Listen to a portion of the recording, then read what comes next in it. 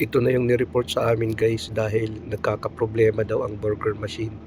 Kung makikita kasi natin dyan, ang shape daw ng burger, hindi daw buo, hindi sa bilog. Yun ang pinoproblema nila, ang shape ng burger.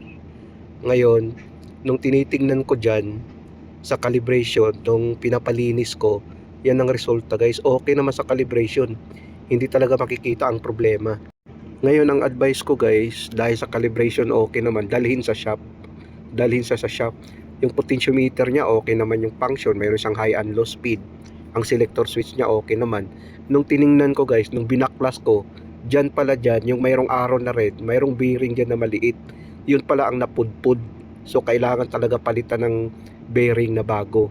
Yun ang problema nun guys, hindi siya makikita sa calibration, pero pag buksan mo yung makina, makikita mo doon sa ilalim, mayroon palang bearing na nasira. So ganun lang guys, pag mag troubleshoot tayo lalo na sa mga baguhan. Pag tingin mo na parang accurate naman lahat, ang maganda dyan, baklasin ang machine dahil yun ang report talaga na pabalik-balik na lang. So kailangan aksyonan.